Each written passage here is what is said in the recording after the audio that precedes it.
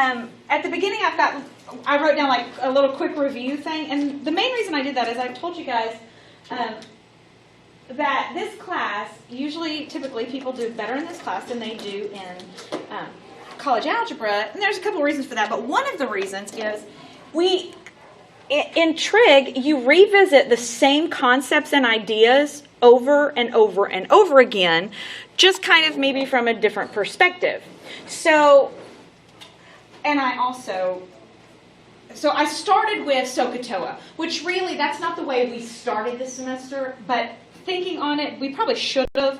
The reason they don't start right there is because you've already done it. You did it in geometry. SOHCAHTOA.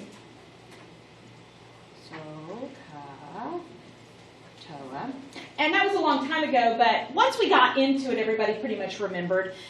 Sine is opposite over hypotenuse, and cosine is adjacent over hypotenuse, and tangent is opposite over adjacent.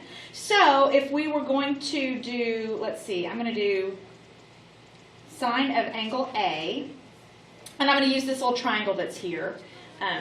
Angle A is right there. So sine of angle A would be little a over C.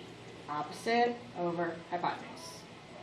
And cosine of angle A, so I'm standing at angle A, cosine is adjacent over hypotenuse, so that's going to be B over C. And tangent of angle A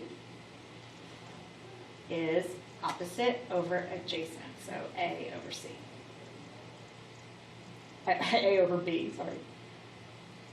I said the right thing. Okay, so that is the first thing you ever learned about trig, and you really learned it in geometry. We revisited it in this class, but you learned it a long time ago. Then, when we got to this class, we started with the concept of rotation angles. So this is the initial side, remember, and we have an angle, let's say this is our angle, and it opens up into a terminal side.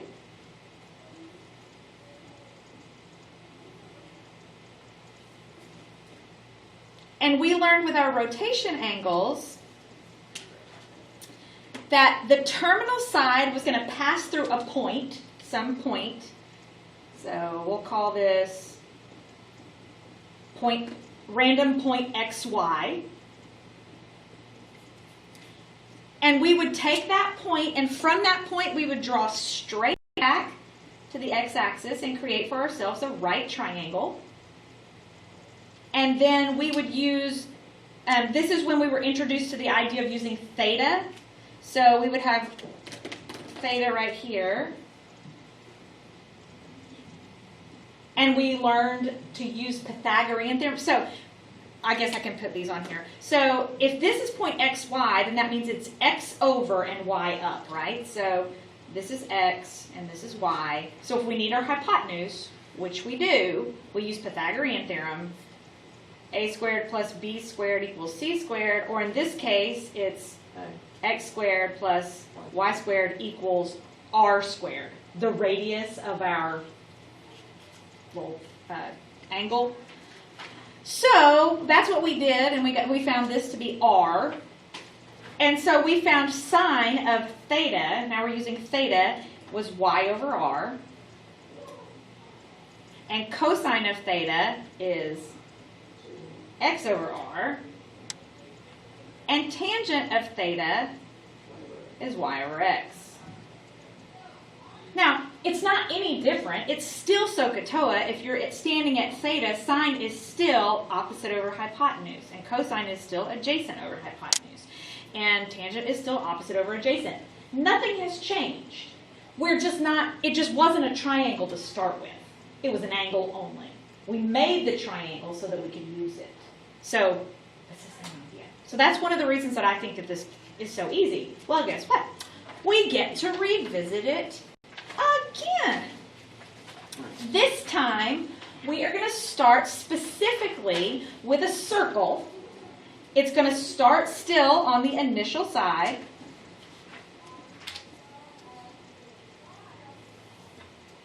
But we're going to make this point that it crosses through is going to be the point 1, 0. So that means that the distance from the origin to that point is 1. My radius is 1. Which means that when I swing open that angle and I end up here, this is the point 0, 1. When I get over here, it's -1, 0.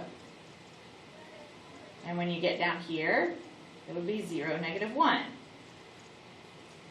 Everybody okay?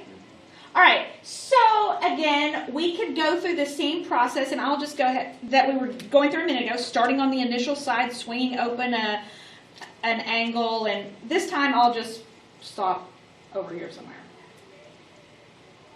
And we're going to call this the point XY like we did before. And we're going to do just like we did before, draw back to the x-axis, make a right triangle. This is x, this is y, and this time we know our radius. 1. It's 1, because that's what it was when we started this whole thing. So, with that in mind, and this being theta, sine of theta, it's still opposite over hypotenuse, but in this case that makes it y over 1, which is y.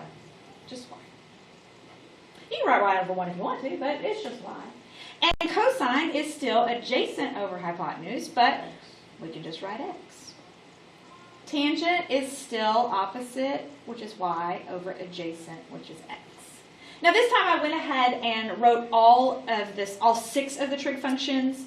So you already know what to do, though, just flip them over. So cosecant is 1 over y, secant is 1 over x, and cotangent is x over y. All right, so we started this thing with a triangle, and that's where we did SOHCAHTOA. And then we went from a triangle to rotation angles, and that's where we started with x over r, y over x business. Now we're doing what's called circular functions, because we're just taking a radius all the way around a circle. So nothing has changed. It's all still the same stuff.